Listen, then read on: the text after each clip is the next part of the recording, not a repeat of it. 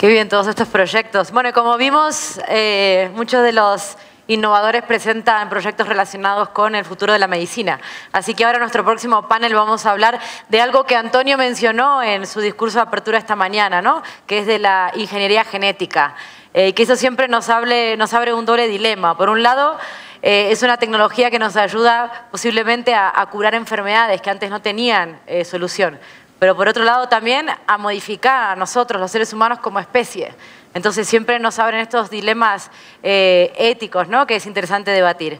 Así que para eso quiero invitar a dos personas, a Antonio Regalado, editor de Tech Review, y a Gerardo Jiménez Sánchez, que es presidente de Global Biotech Consulting Group y que además fue quien realizó el primer análisis médico del genoma humano a nivel mundial. Démosle un fuerte aplauso, por favor.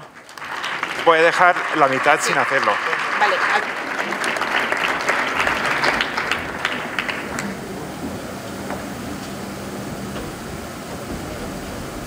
Hola.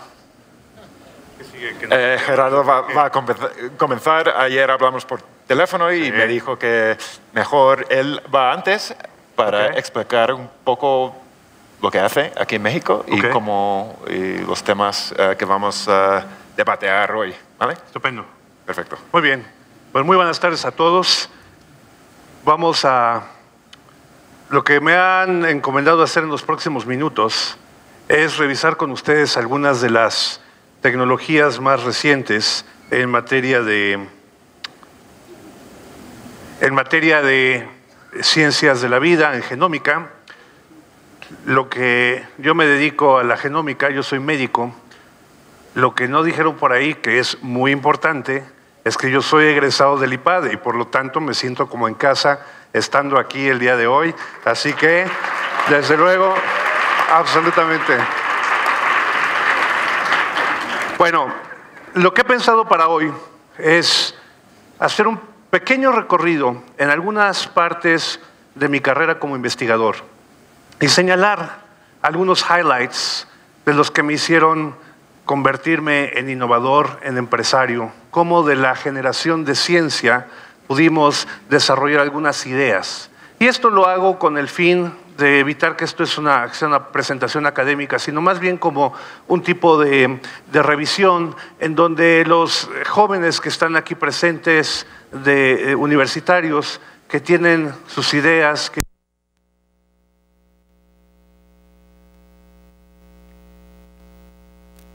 lo importante es que no pierdas esa idea, esa meta que tienes, que te vas a tropezar, te sacudes las rodillas, no pasa nada.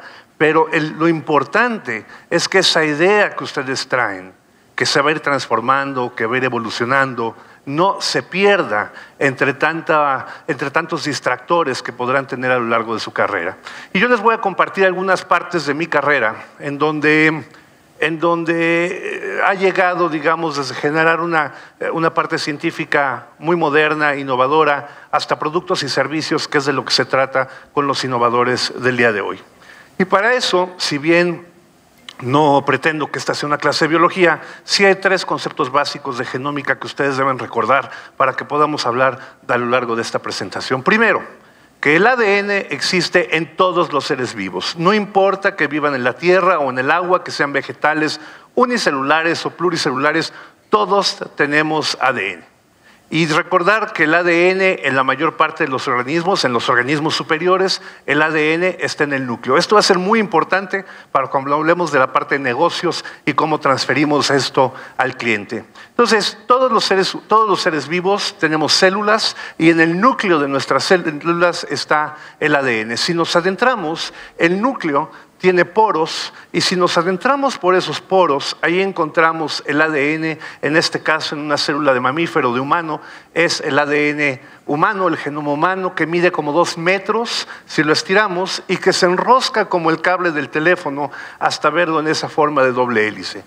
Esta gran molécula de 2 metros que tiene todas las instrucciones, como en todos los casos de los seres vivos, hoy en día la podemos ver en una forma de 4 letras gracias al proyecto del genoma humano que probablemente ustedes han escuchado y que tuvo como objetivo el que pudiéramos encontrar el orden de las 4 letras que forman el ADN. Entonces, segundo mensaje, El ADN está formado de 4 tipos de moléculas que las conocemos por sus iniciales A, G, T y C, un abecedario de 4 letras que, como el idioma español, si lo acomodamos en una forma, nos da una planta, y si lo acomodamos en otra forma, nos da un ser humano.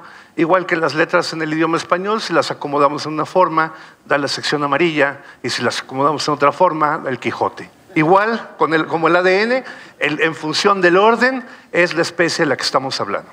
En el año 80, 85, fue cuando empezamos a trabajar y a discutir sobre el proyecto del genoma humano. Yo creo que yo estaba en la universidad, como algunos de ustedes, y ahí el reto era poder conocer el orden de cada una de las letras en esta cadena que en el caso del ser humano tiene 3.200 millones de letras.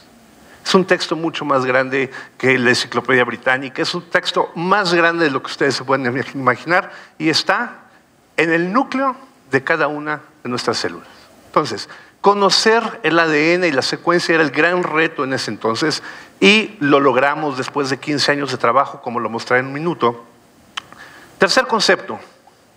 Las instrucciones en el ADN para todas las especies vienen a lo largo de los genes. Y los genes no son más que párrafos del texto. Hay párrafos grandes, hay párrafos cortos, todos son los genes y de esto vamos a hablar más tarde cuando veamos cómo se venden y se compran estas moléculas.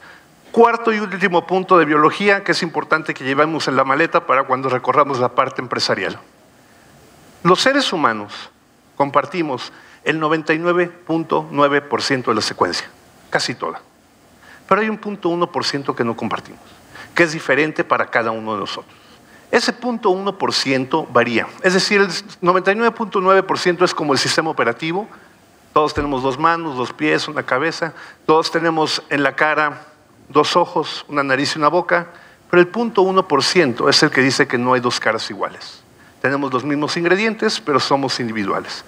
Y esto es importante, como lo veremos en un momento, pero es importante saber que las variaciones más comunes en el ADN son las variaciones de una letra por otra, en donde en una posición algunos pueden tener una A y otros podemos tener una G, y en otra posición, aproximadamente en promedio cada 1000 letras, unos pueden tener una T y otros una C, y esas combinaciones que por sus siglas en inglés se llaman SNPs, apréndanselo porque cuando hablemos de negocios un poco más adelante hablaremos de SNPs, y esas variaciones son variaciones comunes que se toleran en la naturaleza con las cuales vivimos todos.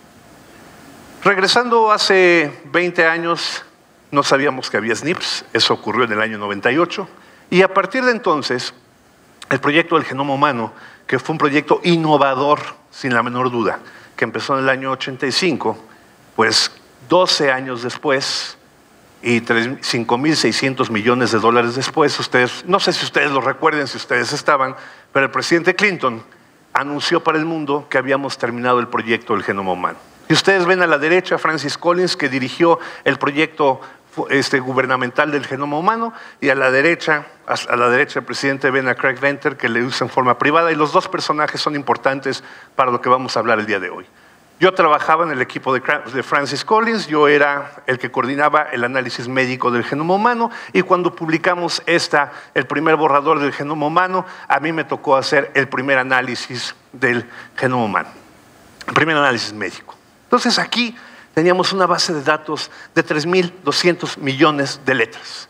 ¿Qué íbamos a hacer con eso? Se pronosticaba que podíamos identificar qué SNPs te dan riesgo para diabetes, qué SNPs te dan riesgo para obesidad, qué SNPs te hacen que respondas a un fármaco o que no respondas.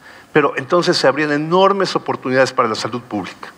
Entonces, como parte de mi trabajo, ya no solamente en ese entonces en Johns Hopkins y con Francis Collins, también serví durante varios años en el Comité de Ciencia y Tecnología del Secretario General de las Naciones Unidas, y aquí con el Secretario General Kofi Annan y con otros miembros del comité como la doctora Brundtland, directora de la OMS, George Church, el más alto, quien diseñó el primer secuenciador de ADN, y yo, que estaba como de la edad de algunos de ustedes, los más jóvenes en este momento, nos tocó ver cómo llevaríamos este conocimiento del genoma humano a los países, no solamente a los ricos, sino también a los pobres. Y entonces yo fui encargado de diseñar una plataforma para que México pudiera disfrutar y pudiera beneficiarse de esto. Y entonces me tocó diseñar esta plataforma que publicamos en el año 2003, en donde se veía cómo íbamos a desarrollar una plataforma para que México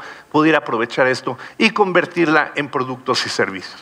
Ahí en ese momento en mi carrera fue cuando me tocó ir al IPADE a que me educaran cómo traducir el conocimiento científico en productos y servicios que generaran riqueza. Y entonces, lo primero que necesitábamos era una fuente de información local del mercado, es decir, de la población mexicana. Y para eso me tocó fundar el Instituto Nacional de Medicina Genómica. Aquí está cuando pusimos la primera piedra. Ustedes recuerdan a Francis Collins, que estaba a la izquierda del presidente Clinton, el secretario Frank, en ese momento secretario de Salud, el maestro Guillermo Soberón, exsecretario de Salud, y a mí que me tocó ser el director fundador del instituto. Entonces, lo primero fue cómo traducimos esto para que México tenga uno. Generamos un Instituto Nacional de Salud y en ese Instituto Nacional de Salud generamos, entre otras cosas, el mapa del genoma de los mexicanos y este mapa lo publicamos en la Academia de Ciencias de los Estados Unidos. Me tocó entregárselo al presidente Calderón cuando terminamos y esto era un catálogo de los SNPs de los mexicanos. Porque no podíamos generar productos y servicios con los SNPs de los norteamericanos o de los europeos o de los chinos. Tuvimos que hacer un mapa genómico de los mexicanos y eso fue como un activo fundamental para generar productos y servicios en este momento. Entonces, los ejemplos que yo les voy a dar de innovación van a caber en 3 capítulos el día de hoy, muy rápidamente. Primero, cómo leer ADN nos permite llevar servicios al público y abrir empresas. Cómo escribir ADN sintético nos permite nuevos productos. Y cómo editar el ADN genera productos y servicios inimaginables. Y esto lo permitió fundamentalmente el hecho de que el costo de la tecnología para poder leer el ADN bajó dramáticamente. No existe precedente en la historia de la tecnología donde una tecnología se abata su costo tanto como en el caso de la lectura del ADN. Y entonces fue ahí donde pudimos ya medir y leer a SNPs a todo mundo y en gran cantidad, y el mapa del genoma de los mexicanos y muchos otros. Y entonces ahí empezamos a aprender que hay algunos conjuntos de SNPs que nos permiten predecir cómo se va a comportar un individuo médicamente. Y entonces esto nos permite señalar que en nuestra especie, como dije, estas variaciones, algunos SNPs en su conjunto nos dan predisposición a enfermedades o nos dicen cómo vamos a responder a ciertos fármacos. Y esto lo que quiere decir, la oportunidad para los innovadores es que la población, para algunos de ustedes los innovadores, el mercado, ya no lo veíamos todo parejo, todo blanco. Ya podíamos tener perfiles de ADN y ver subgrupos que antes no veíamos. El subgrupo rojo que tiene alto riesgo a hipertensión, o el subgrupo amarillo que tiene alto riesgo a diabetes, o este verde que es tan raro en la población que cuando le des un medicamento va a acabar en el hospital porque va a ser un efecto adverso muy importante. Entonces, desde el punto de vista médico, esto nos lleva a una práctica médica mucho más individualizada, más predictiva y más preventiva, pero desde el punto de vista de negocio, esto te permite segmentar a tu mercado desde el punto de vista molecular y saber qué producto va a requerir qué cliente. Y esto me llevó a fundar una empresa, Genómica Médica, ya no una empresa en Boston, donde yo trabajo parte de mi tiempo, sino en San Ángel, aquí cerquita de ustedes, con talento mexicano que habían participado en el mapa del genoma de los mexicanos, que sabían hacer todo esto en alta calidad y que entonces generamos productos con SNPs de los mexicanos para predecir el riesgo a enfermedades comunes. Y lo innovador aquí fue que tradujimos todas estas pruebas, hacerlas en el ADN en saliva, donde pudieran la persona escupir en un papelito, en un círculo. Hoy en día lo hacemos con un popotito, y esto entonces te llega a tu kit, lo compras en línea, te llega a tu kit, por ejemplo, para ver cómo vas a responder a clopidogrel, Plavix, que es un medicamento usado muy común en México, o este otro que va para medicamentos para el colesterol, si te va a hacer daño, efectos adversos o no te va a hacer efectos adversos. Y como eso tenemos otros kits para cáncer, para ver si el paciente requiere la dosis de quimio o requiere la tercera parte de quimio, para diabetes y obesidad, e incluso para tu capacidad deportiva, de fuerza y aeróbico.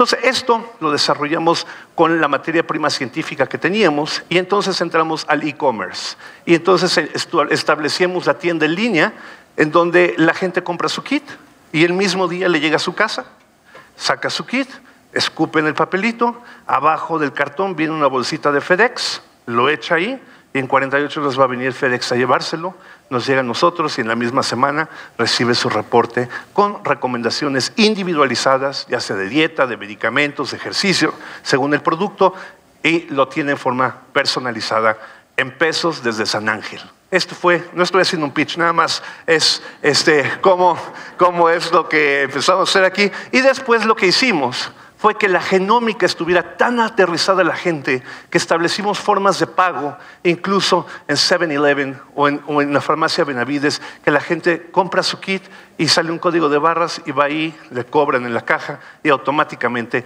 le llega su kit a casa para analizar su ADN. Entonces este es un ejemplo de cómo la innovación de ciencias de la vida puede llegar a la gente común y corriente, para la gente en general. Otro ejemplo mucho más relacionado con enfermedades como el cáncer. Aquí, yo no sé si ustedes lo saben, pero aquí vemos el ejemplo de una mastografía en donde ven un tumor de mama en una mujer. Después pasa esto al microscopio, lo ve el patólogo y el patólogo lo clasifica y en función de eso le dan la quimio. Hoy en día podemos leer el tumor, el ADN de ese tumor que vemos en este circus plot que se llama, vemos el ADN completo afuera y vemos adentro, seguramente ustedes, aunque no son genómicos, pueden ver enchufes, conexiones anómalas, ese punto morado que se conectó con aquel lado y el verde que se invirtió, vemos anomalías en el ADN y gracias a eso se han logrado desarrollar nuevos productos para el tumor en forma mucho más específica, conociendo las alteraciones genómicas que tiene. Ya existen en el mercado productos muy efectivos para los tumores, no si es de mama o es de colon o es de pulmón, no, si tiene en función del perfil del ADN de cada tumor. Entonces, conociendo eso, fue que empezamos a ver que el ADN las ciencias genómicas no solamente serían una revolución para el mercado de la salud. Muy poquito después vino lo que se llamó el estudio Battelle, que fue el estudio económico sobre el proyecto del genoma humano, y de esos 5.600 millones de dólares que les hablé, pues resulta que esta inversión tuvo un retorno de la inversión de $141 por cada dólar invertido en 10 años. ¡Wow! Los innovadores que llegaron a tiempo a secuenciar el genoma humano, que nadie sabía para qué, con 5.600 millones de dólares de inversión, generar información científica, pues 10 años después. Yo no sé quiénes de los que presentaron aquí su pitch tienen o esperan un retorno así, pero cuando menos en México no hay negocios, cuando menos legítimos, que te den $141 por cada dólar invertido. Entonces, bien por el gobierno de los Estados Unidos que invirtió a tiempo, esa es la palabra clave, a tiempo, y pudo ver lo que vendría aquí. Desde ese entonces yo ya me había movido, además había dejado el comité del secretario Kofi Annan y me moví a la OCDE, en la Organización para la Cooperación y el Desarrollo Económico, en donde estuve al frente del área de biotecnología durante casi 8 años. Y ahí aprendí cómo los países industrializados usaban la genómica para mejorar el arroz y la leche y los pescados y cuidar el medio ambiente y las minas y el agua y el aire, una cantidad de aplicaciones tremendas. Y entonces el secretario general Gurría, a quien ustedes conocen porque tenemos la fortuna de que es mexicano, allá en París, me encomendó que pudiéramos desarrollar este tipo de proyectos en los países.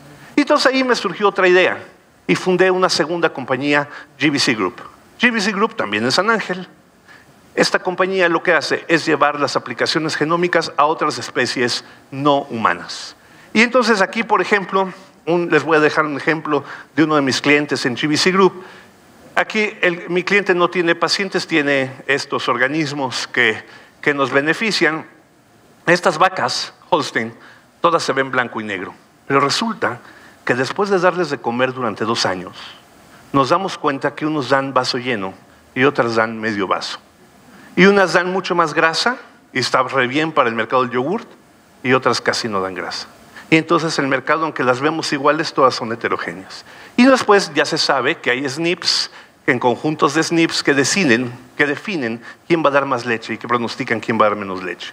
Y no digo el nombre de mi cliente, pero lo que hacemos en este momento es estudiar 150,000 SNPs en cada una de sus miles de vacas y podemos identificar y predecir, podemos encontrar de estas cuáles son, con el análisis genómico, cuáles son las mejores, y estas que son las mejores, lo que hacemos es seleccionarlas y entonces se pueden reproducir en forma de reproducción asistida y mejoran. ¿Qué pasa con esto? Que entonces el rancho tiene menos vacas que producen más leche, menos inversión, menos costo, más retorno. Y no solo eso, esto se segmenta en las vacas que requieren para queso, y sabemos cuáles son los SNPs para el queso, para grasa, para volumen. Ahora, ¿cómo llevas esto al rancho? Porque estos ranchos están en todo el país. Entonces, hicimos un partner con socios de tecnología y desarrollamos ahí una aplicación que pudiera tener el ranchero en sitio. Con una aplicación en un iPad o en un teléfono o en una computadora, en donde si bien el ranchero, el productor, ve a las vacas igual que ustedes y yo en blanco y negro, el iPad en tiempo real, la aplicación le permite verlas así y saber para leche cuáles son las mejores, las barras verde oscuro, o cuáles son las peores, las rojas. Y entonces, si tiene que decidir porque no puede mantener y darle de comer a la vaca durante 2 años antes de ver qué pasó, pues sabe cuál va a mandar al rastro y pierde el riesgo de no mandar al rastro. Sí, hombre, carne de ternera, que todos comemos, no pasa nada. Son vacas chiquitas que pues, se van a carne de ternera. Pero ¿cómo le haces para no mandar a la carne de ternera a la grande, a la verde oscura, que es la que te va a dar mucha leche con poco dinero? Entonces, esto es una aplicación de innovación de cómo llegamos al mercado para que el productor tenga la aplicación genómica. Después de 150,000 SNPs y ecuaciones de predicción, él solo ve colores y le aprieta ahí y dice, ahora quiero rankearlas por grasa, las quiero rankear por queso, las quiero rankear por volumen. Incluso estamos trabajando con un nuevo plugin para esta aplicación, en donde, entre paréntesis les digo, todos los rancheros, todos los productores en México, cuando van a cruzar a su vaca, como es de esta compañía y la otra compañía, las 3 compañías que ustedes conocen, estos lo que hacen es que compran el semen en línea de las 4 compañías o 5 del mundo que venden semen. Y esos toros, muchos de ellos son toros genómicos, que su ADN ya fue secuenciado. Entonces estamos agregando un plugin a esta aplicación en donde te diga cuál es el mejor semen para esta vaca, para que se conjunten los SNPs que esta vaca y de la otra y que puedas tener un hato mucho más productivo y una serie de productos mucho más efectivos. Y las vacas malas las puedes usar como vientres fertilizados, como ya les dije, y se meten a las vacas malas. Y entonces vas aumentando tu cantidad de vacas de mayor producción. Pero bueno, pues ya di 2 ejemplos en humanos y en otras especies de cómo leemos el ADN y lo llevamos al mercado. Ahora voy a dar un ejemplo de cómo la tecnología nos permite hoy en día sintetizar ADN y llevarlo al mercado. Y esto lo pueden hacer cualquiera de ustedes. Los sintetizadores de ADN son como máquinas de escribir, nada más que en lugar de 29 teclas tienen 4, A, G, T y C. Y le aprietan ustedes y bueno, pues ya sale la molécula como ustedes la diseñaron. Entonces, ¿cómo podemos innovar a partir de esto? Y esto, un ejemplo... El ejemplo innovador, el ejemplo clave en la síntesis de ADN, en la biología sintética, lo generó Craig Venter, que estaba a la derecha del presidente Clinton, ¿se acuerdan ustedes? El pelón. Bueno, mi amigo, le puedo decir pelón. Entonces, Craig lo que hizo fue generar una célula sintética. Les explico lo que hizo, que se llevó la portada del Economist de ese día, es de esa semana. Claro, se hizo una publicación en Science muy importante, pero el Economist lo pescó y lo puso en su portada. ¿Por qué? Lo que hizo Craig Venter fue básicamente coger una célula y esa célula en su núcleo tiene un ADN, como ustedes saben. Se lo sacó. Y luego en su sintetizador sintetizó el ADN de otro tipo de bacteria y se lo metió a esta. La bacteria esta vacía se llama chasis, así le decimos, un chasis. Entonces le metió el ADN a esta. ¿Y qué ocurrió? Que esta se convirtió en la bacteria para la cual habían sintetizado el ADN sintético. Bastante cool, ¿no? Hacer tu ADN y decirle qué va a hacer la bacteria. Claro, a los de los negocios se les ocurrió, bueno, ¿y si yo le digo que haga plástico? ¿Y si yo le digo que haga comida? Y ahorita escuchamos una ponencia muy interesante para hacer nylon y otras fibras sintéticas. Pues ahí empezó entonces la biología sintética, que básicamente ya no ve a la célula como un organismo biológico, sino como un organismo de ingeniería, en donde cada proceso de cada punto de A a B, las reacciones químicas están reguladas por genes, y estos genes pues ya los conocemos. Y como dije, o no sé si lo dije, pero ahora hay más de 100,000 especies cuyo genoma está secuenciado y está en el Internet. Entonces tenemos una cantidad de genes como si fueran piezas de Lego. Y lo que podemos hacer en la biología sintética es pues coger un gen de levadura, un gen de otra cosa, un gen que sirve para captar los rayos del sol, la fotosíntesis que se hablaba al momento, es un gen de una fruta que sirve para generar azúcares, un gen de alguna bacteria que sirve para fermentar ese azúcar y producir alcohol.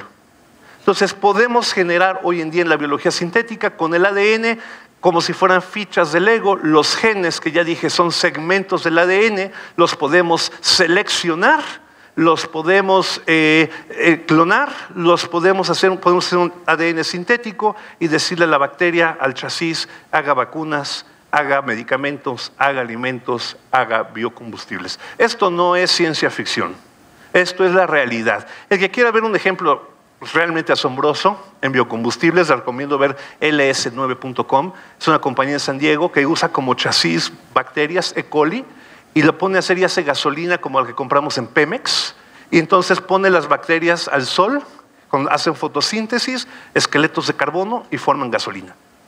Hay otras que, y por ser esto celebrando a Latinoamérica, decidí traer hoy el caso de Amiris en Brasil.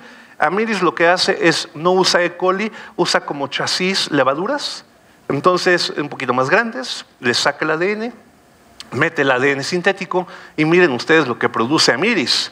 Combustibles para aviones, para camiones, lubricantes, polímeros, productos para el hogar, saborizantes, fragancias, cosméticos. Y miren quién está trabajando en biología sintética: Volkswagen, Shell, ¿quién más tenemos? Mercedes, Procter & Gamble. Muchos de esos están en la alacena de sus casas y en la mía. Es decir, las compañías se están moviendo a utilizar las ciencias de la vida para producir este tipo de productos de alto valor. Como ya solo me quedan unos minutos, quiero pasar entonces a hablar de la innovación en edición del ADN. Esto es como the new thing. Realmente esto es como algo que está surgiendo y vale la pena que ustedes estén alerta de lo que está ocurriendo. La edición del ADN, ya hablamos de escribir, de leer, ya hablamos de escribir, ahora vamos a hablar de editar. De la letra que me estorba, que está causándome una enfermedad, o de la letra que yo quisiera cambiar para que produzca más leche. Entonces estamos hablando de editar. Esto tiene importantes retos éticos, como ya se dijo, y por el tiempo que yo tengo restante no voy a poder hablar de eso, pero lo menciono. Básicamente hay ejemplos ya en la clínica, como el caso de Laila, cuya leucemia fue curada con edición de ADN. Lo que se hizo con ella, ustedes saben, cuando los niños tienen leucemia muchas veces se hace un trasplante de médula. Y lo que se hizo fue sacarle la médula a una persona, y para evitar que Laila la rechazara, se editó el sistema inmunológico de esas células que se sacaron del donador, se le metieron a Laila, y lo que hizo fue remitir su leucemia en una forma asombrosa. Estamos hablando todavía de edición de ADN medio primitiva, porque hubo que sacar las células y hacerlo fuera y metérselas después. Pero lo que ocurrió esta semana, eso fue asombroso, más vale que lo lean, lo van a leer en Reforma seguramente. Fue esta compañía de innovadores Sangamo en los Estados Unidos, y este hombre, Brian Maddox, paciente con una enfermedad que se llama síndrome de Hunter, es una mucopolisacaridosis, en donde recibió por primera vez la edición de su ADN a través de un suero de vena como las que se usan. Le pasaron la infusión durante 2 horas, se internó en la clínica, en el hospital, se le hicieron esto, ya hoy es jueves, ya está en su hotel, ya no está hospitalizado, y la idea con esto es que entrara la molécula que iba envuelta en un virus, entrara la molécula, entrara al núcleo del ADN de la célula y cambiara la letra que le está causando el problema por otro, como magia. Cómo funciona la edición del ADN es como ustedes y yo editamos en Word. tenemos un documento de 20 páginas. El ADN ya dije que no son 20, son miles de páginas. Y ponemos la palabra que buscamos, find, replace, pum. ¿No? Cuando buscamos en Word una palabra es realmente muy fácil. Bueno, lo mismo en el ADN. Sintetizamos en el laboratorio moléculas que tienen la palabra que vamos a buscar, el find, y luego le agregamos una colita sintética con lo que va a corregir y la mandamos a escanear el ADN. Y básicamente lo que sucede, como lo que sucede y se espera que ocurra con Brian, que ya recibió su tratamiento, es que nos adentremos nuevamente al núcleo de la célula, pero ahora con esta molécula de CRISPR-Cas9, que se llama la más conocida, y esta escanea a lo largo y encuentra la mutación, y lo que hace es que la identifica, abre la doble hélice, corta, y ahí donde está cerca de la mutación, y luego hay enzimas que rompen y quitan alrededor, y la molécula trae el molde sin la falta de ortografía, y entonces vienen otras moléculas que todos tenemos en el núcleo, reparan pero con el nuevo molde, y la hebra del ADN ya reparada sirve del molde para reparar la otra. Esto es impresionante y ya tenemos un caso. Y yo digo que esto es como el primer hombre que llegó a la luna, el que vimos ahora con Brian, que recibió su primer tratamiento por edición. Pero esto, aunque es nuevo, los innovadores lo han usado para un montón de cosas. El número de patentes que ha surgido a partir de la edición del ADN es impresionante. Algunos lo hacen para hacer mascotas, puercos chiquitos, los chinos. Otros utilizan para los puercos que se parezcan inmunológicamente más a los humanos para que puedan ser proveedores de órganos para nosotros, cosa que, como ustedes saben, quien necesita un órgano pues es debido a muerte, y hacerlos más similar a los humanos para recibir es muy importante. Esta semana se publicó un artículo en PNAS en donde los chinos lograron hacer un cerdo con 24% menos de grasa y más tolerante al frío. Impresionante. Yo me imagino, y hace rato uno de los pitchers decía, yo me imagino qué pasaría si esa edición se lo hiciéramos a un paciente obeso. Y es que podríamos hacer una cosa muy seria, o sea, ya echando a pensar la lógica, ¿qué pasaría? Hay otros que lo usan en agricultura para utilizar alimentos fortificados con nuevas vitaminas. Hay quienes lo utilizan también para producir huevos que no tengan las proteínas que generan alergia y que esos que no pueden comer esa proteína puedan comer huevo. En fin, la cantidad de aplicaciones que los innovadores están sacando a partir de la edición del ADN es gigante. Y por eso la innovación a partir de las ciencias de la vida está transformando no solo la salud, está transformando todos estos campos y con ello la economía. De tal forma que la innovación en ciencias de la vida genera ya beneficios económicos, desde luego para todo el mundo, bienestar social y enriquecimiento cultural. 3 factores fundamentales en la innovación de un innovador responsable que piensa en su comunidad y que genera esas ideas para beneficio de la misma. Muchas gracias. All set. Perfecto, gracias.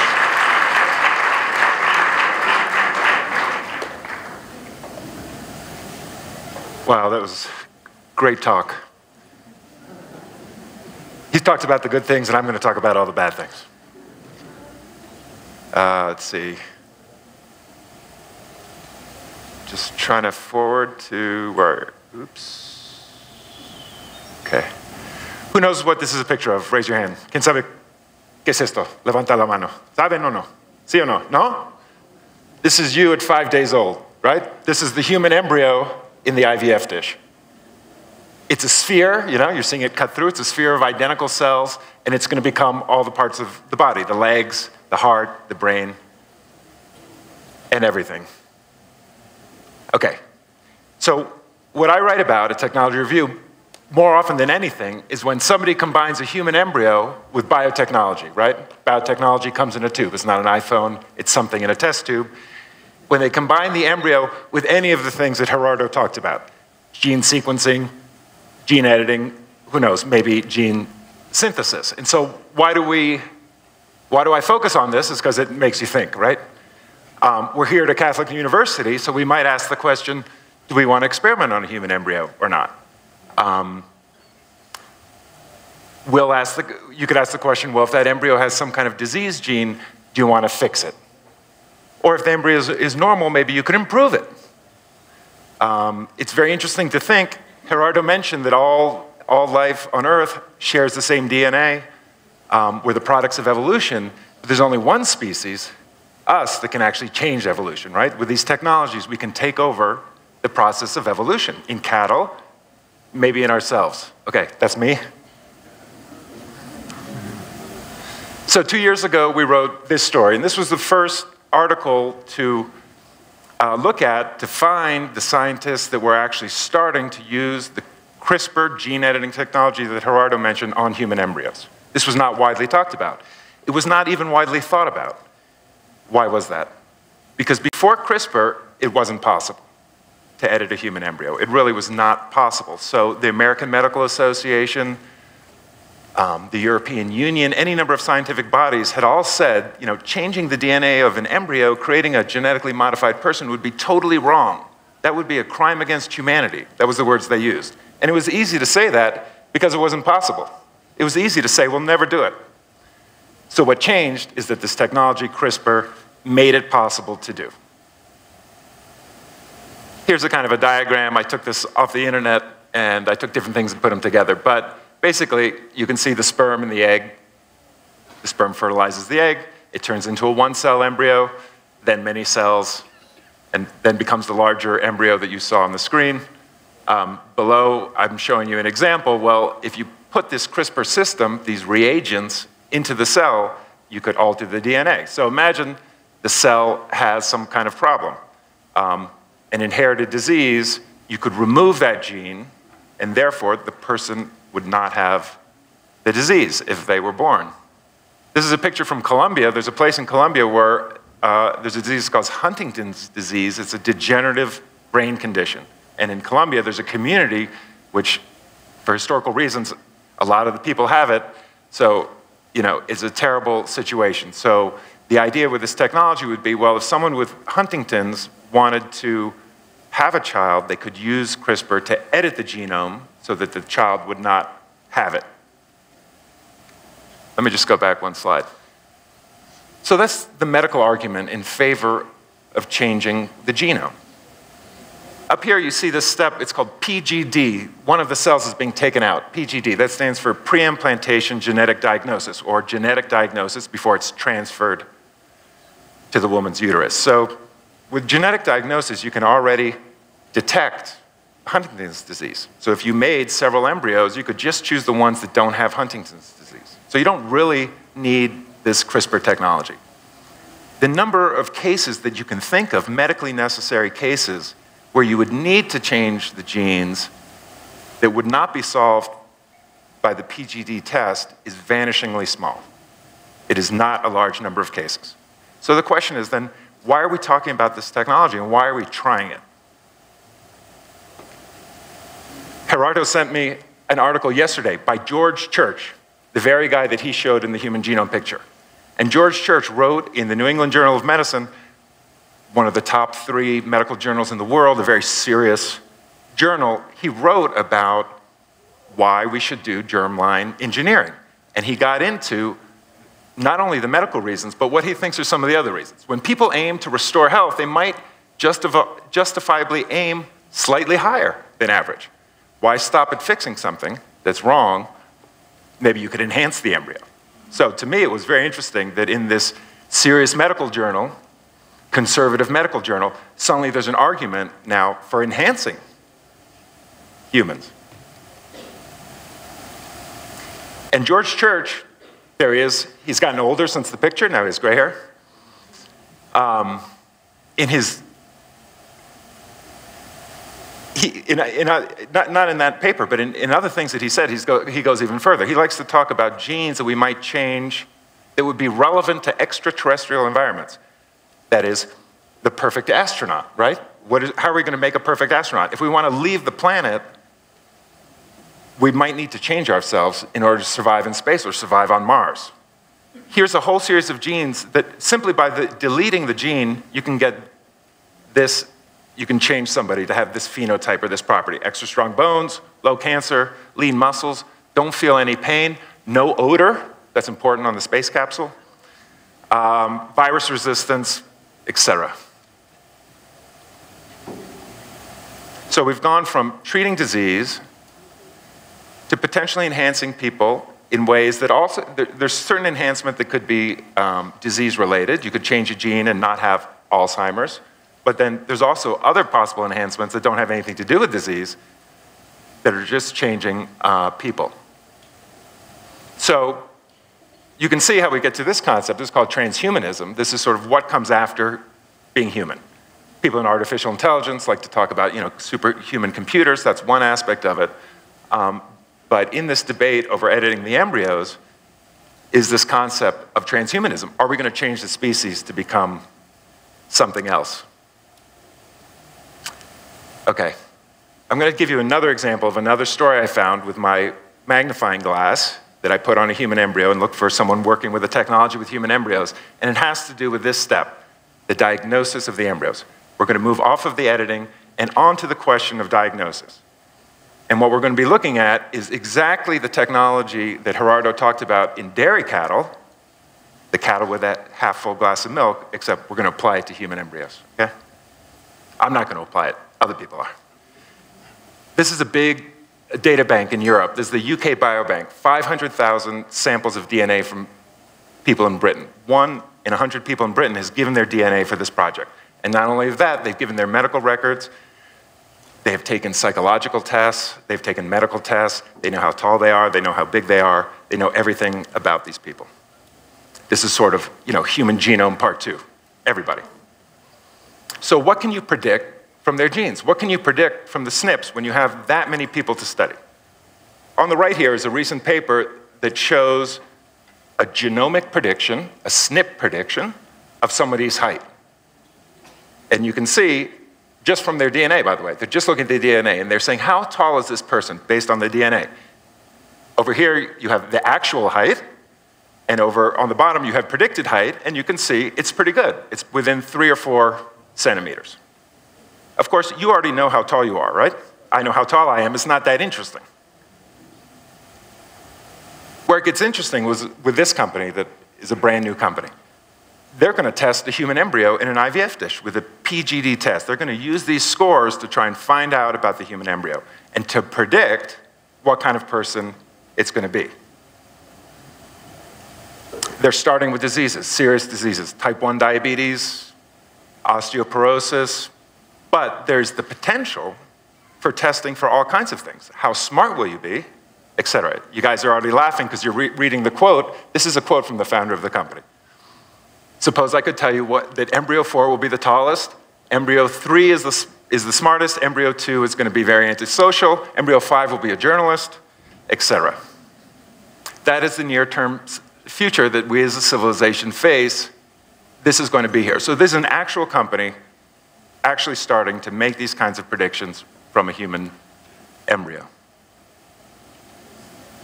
This is the article we wrote about it. Eugenics 2.0.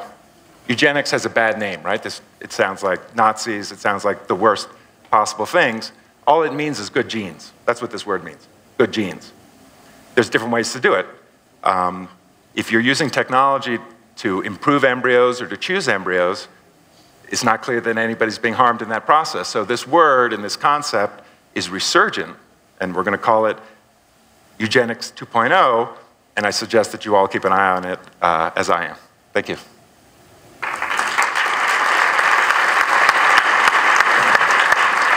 Now what, we sit here. So if anybody has questions, ask them. I'm the moderator and one of the debaters, so I have an advantage. Terrific. Let me put you on the spot. Right. You're a medical doctor. Right. These scenarios that I presented, for instance, changing a human embryo to remove a disease gene. Right. What do you think? In our drive to innovation, is this one where we should use great precaution, or should we embrace the medical benefits, or both? No, I think it all depends. Yo creo que depende mucho de la enfermedad en la que estamos. Can I speak Spanish? Claro. All right. So, yo creo que depende mucho de la enfermedad de la que estemos tratando. Si es una enfermedad de vida o muerte y tengo la opción de tener al paciente o a su embrión y editar una letra. O tengo la otra opción que acaba de presentar. Tengo varios embriones, los pruebo, veo cuál es el nota de la enfermedad y es el que implanto. No digo lo que hago con el resto de los embriones. Esta es además una universidad católica, así que yo te cuento. Si pensamos en el contexto ético de qué es lo que ocurre aquí, la verdad es que una enfermedad de vida o muerte, como la que este hombre Brian sufrió toda su vida, con problemas respiratorios, esqueléticos, infecciosos, y le puedas meter un gen para modificarlo, lo veo muy atractivo. Ahora, si estamos hablando de los embriones humanos, y la razón que estamos hablando de los embriones humanos es porque en el Reino Unido hace 8 meses se autorizó edición de ADN en embriones humanos. Y en junio de este año, en los Estados Unidos, se autorizó utilizar esta tecnología de edición en células madre, no necesariamente embriones. Entonces, cuando nos metemos en ese terreno, la cosa ya empieza con algunos dilemas éticos un poquito más allá que curar una enfermedad. Entonces, mi opinión, mi respuesta a lo que dice Antonio es, si se trata de una enfermedad a la que puedo curar dramáticamente la calidad de vida de ese paciente, si fuera adulto o si fuera un individuo ya nacido, yo estoy a favor. Si estamos hablando de embriones humanos, estaría yo mucho más cuidadoso, porque nuestra ignorancia es tan grande sobre lo que hace el ADN, en donde creemos que cambiar algo y le ponemos y le quitamos puede ser fatal o puede generar otro tipo de enfermedades. Entonces, yo no estoy seguro que me metería a cambiar múltiples genes, sino en enfermedades monogénicas donde tenemos una mutación, una enfermedad, yo estaría, en individuos ya nacidos lo haría. Y en células madre, no en embriones, sino en células madre, yo creo que también valdría la pena hacerlo. Esa sería mi respuesta. Yeah. Would that suffice? That's a very good answer. All right. Do we have any questions from... Okay, we do have questions. If we can... Un micrófono a este lado.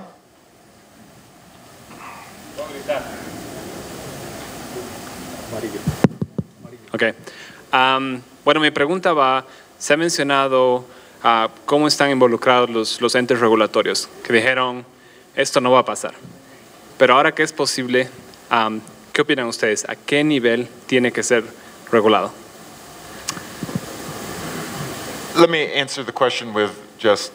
You can answer it as well. I'll answer it quickly with just an example. There's a related method which is called the three-parent baby method. We had a TR35 here. He was talking about moving mitochondria between cells. It's a process like that. And it's actually illegal in the United States to make a baby using any of these methods. It's just illegal. You cannot do it. In Mexico, my understanding is it is illegal to manipulate the embryo, and they never made a rule about implanting the embryo. And so there's a Dr. Zhang in New York who decided to do some arbitrage between the regulations. So he made the embryo in New York, and then he got on Aeromexico with the embryo in his luggage, and he brought it to Mexico, and he did the transfer. I'm not even answering your question. I'm just pointing out new difficulties. But this is called debate, so that's pretty cool. So, bueno, el tema aquí es cómo, no solamente edición, todo lo que tiene que ver con ciencias de la vida y con el ser humano y otras cosas. ¿Cómo se toman las decisiones? ¿Quién tiene que tomar las decisiones? Lo primero que necesitas es una sociedad educada que pueda opinar a favor o en contra. No solamente la muerte, el manejo de los embriones, no, educadamente que pueda decir, a ver, ¿cuáles son las implicaciones? ¿Qué costo tiene? ¿Cuáles son otros? ¿Qué hacen otros países? ¿Cuál es la tecnología? ¿Cuáles son los malos usos que se puede dar? Pues con una sociedad educada puede haber entonces legisladores educados. Legisladores educados, que en lugar de sacar trompetas y gritar, puedan hablar de edición del ADN, sus consecuencias, y entonces hacer reglas de acuerdo a la sociedad. Yo participo en un board en Canadá que hacen justamente esto, cómo traducir la ciencia genómica a reglas y a la sociedad. Y uno de los factores más importantes es la opinión de la sociedad. Si la sociedad abraza esa tecnología o la rechaza. Entonces, lo primero que se requiere es educación. Y en ese proyecto en Canadá, hay regiones de Canadá más conservadoras que rechazan ciertas tecnologías. Y hay otras más liberales que las abrazan y les quieren invertir y ponen compañías para eso, etcétera. Entonces, solo para darte un ejemplo de que la sociedad tiene mucho que decir, no solo los científicos o el gobierno solamente. Esto es un conjunto, pero no es posible tener reglas sobre esto si no tenemos una sociedad educada que pueda opinar y decir educadamente qué es lo que significa. Entonces, tenemos organismos, en México tenemos organismos, nos preguntaba cuál, por ejemplo, en México se puede manejar edición del ADN. La verdad es que no hay normas. A ver, farmacogenómica, les enseñé las pruebas de saliva para ver si te va a hacer bien o mal. En México la COFEPRIS no ha definido qué es farmacogenómica. Canadá lo definió en el año 86, los Estados Unidos lo hicieron en el 92 y ya pasó a la industria y a los proveedores en el 2001. Es 2017 y en la COFEPRIS no hay esto. Entonces no me digas edición del ADN. Pues, bueno, entonces sí se requieren reglas, se requiere gente educada, legisladores educados, para hacer reglas coherentes con la cultura de ese país. Porque las reglas y las cuestiones éticas, no los principios, las reglas no las puedes importar de una sociedad a otra, de los norteamericanos para acá o de Europa para acá. Se tienen que hacer en casa. Son muy importantes hacerlas. Do we have another question nearby? There we go.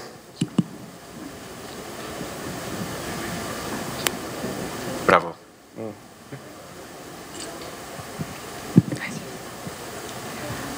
Mi nombre es Mariana, yo soy ingeniera en biotecnología y actualmente estoy estudiando la maestría aquí en bioética.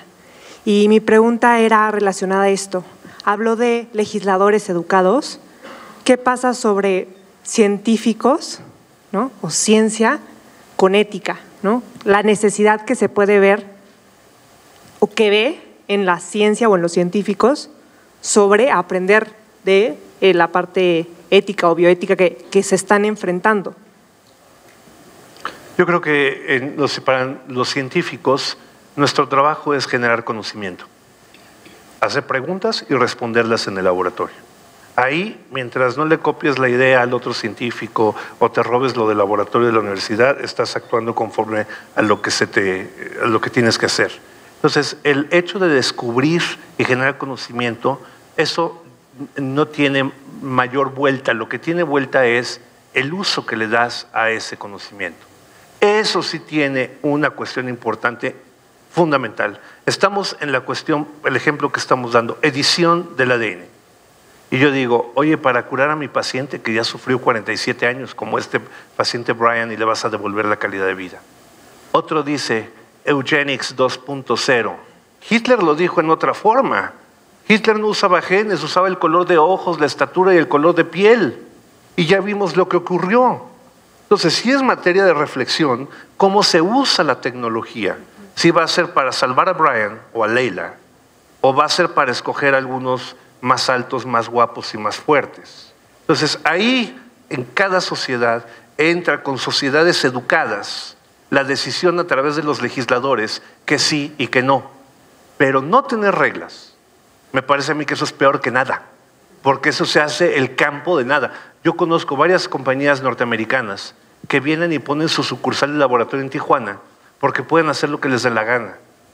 Y luego, me explico, entonces, reglas es fundamental, la ética es fundamental, no lo confundamos con la generación del conocimiento, para eso le pagan al científico. Para eso le pagamos con nuestros impuestos. ¿Qué hacer con ese conocimiento? Esa sí es responsabilidad de la sociedad a través de sus legisladores para tener más marcos jurídicos que nos ayuden en eso. Yo creo que el ejemplo de la edición viene ideal para reflexionar en ese tema. Muchas gracias. We have only a few seconds left, so I'm going to take them just to build on these remarks. Scientists also benefit from having certainty, right? Claro. If you have the rules, then you know what the limits are, you know where to invest or not. Excellent. We recently published an article about scientists in the United States working on these technologies starting to feel anxious that Trump had not tweeted about them yet, right? He's tweeted about golf 800 times. He's tweeted about Hillary Clinton 1,000 times, but he's never tweeted CRISPR. He's never tweeted gene editing. He's never tweeted DNA. He's never tweeted human embryo. So what happens when Trump suddenly sees this?